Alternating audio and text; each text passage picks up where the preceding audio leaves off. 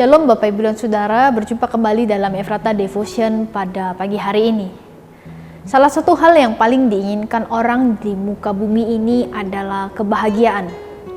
Jika kita pun ditanyakan pada saat ini apa yang kita mau, kita akan menjawab hanya ingin kebahagiaan. Nah Bapak Ibu, kebahagiaan biasanya tidak jauh-jauh dari kekayaan, ketenaran, kecantikan, kesehatan, dan lain sebagainya. Nah dalam Matius 5 ayat 1-12 itu adalah khotbah Yesus di atas bukit yang pertama. Yesus mengajarkan apa kepada orang banyak di situ yang sedang mengikuti dia? Ya, ia mengajarkan kepada mereka untuk senantiasa hidup bahagia. Nah, hidup bahagia di sini bukan berarti menjalani hidup dengan senang-senang ataupun hidup dengan menikmati kekayaan yang ada di dunia ini. Hidup bahagia di sini mengajarkan kepada kita bahwa kita harus senantiasa hidup dengan sukacita. Walaupun kita berada dalam keadaan yang sulit ataupun permasalahan-permasalahan yang kita alami. Nah, Yesus berkata, berbahagialah orang yang miskin di hadapan Allah. Berbahagialah orang yang berduka cita. Berbahagialah orang yang lemah lembut. Berbahagialah orang yang lapar dan haus akan kebenaran. Berbahagialah orang yang murah hatinya. Berbahagialah orang yang suci hatinya. Berbahagialah orang yang membawa damai. Berbahagialah orang yang dianiaya oleh sebab kebenaran. Dan berbahagialah kamu jika karena aku kamu dicela dan dianiaya, dan kepadamu difitnah segala yang jahat. Kata berbahagialah di sini menunjukkan pada kebahagiaan atau keadaan diberkati dalam pandangan Tuhan. Tuhan Yesus dengan berulang kali menyatakan berbahagialah, berbahagialah, dan berbahagialah. Itulah yang dikehendaki Tuhan di dalam kehidupan kita ini.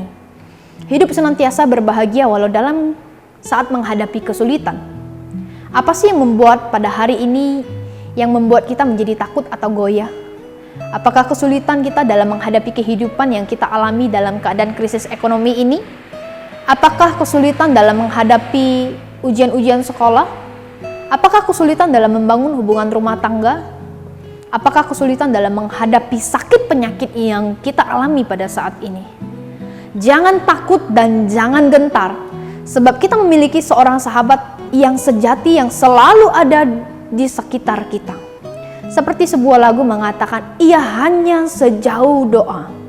Jadi Bapak Ibu dan Saudara, janganlah khawatir, karena bagi Tuhan tidak ada yang mustahil. Matius 7 ayat 7-8 berkata, mintalah maka kamu akan diberikan kepadamu, carilah maka kamu akan mendapat, ketoklah maka pintu akan dibukakan bagimu.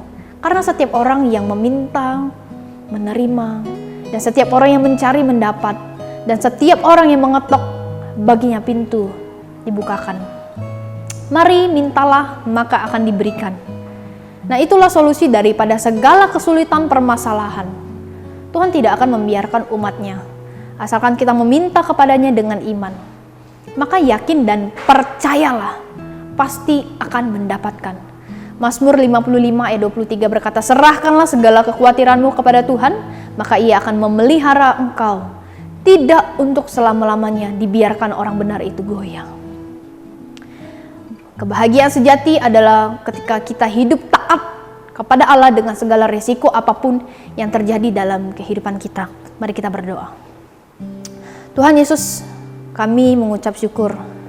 Engkau kembali mengingatkan kami untuk kami tetap berbahagialah dalam keadaan apapun, baik suka maupun duka. Berikan kami terus hati yang mau taat untuk terus berbahagia dalam keadaan apapun. Terima kasih Tuhan Yesus yang baik. Kami mau menjalankan semua yang Tuhan ajarkan dan perintahkan di dalam setiap kehidupan kami. Berikan kami kemampuan untuk kami boleh melakukannya. Hanya di dalam nama Tuhan Yesus kami sudah berdoa dan mengucap syukur. Amin.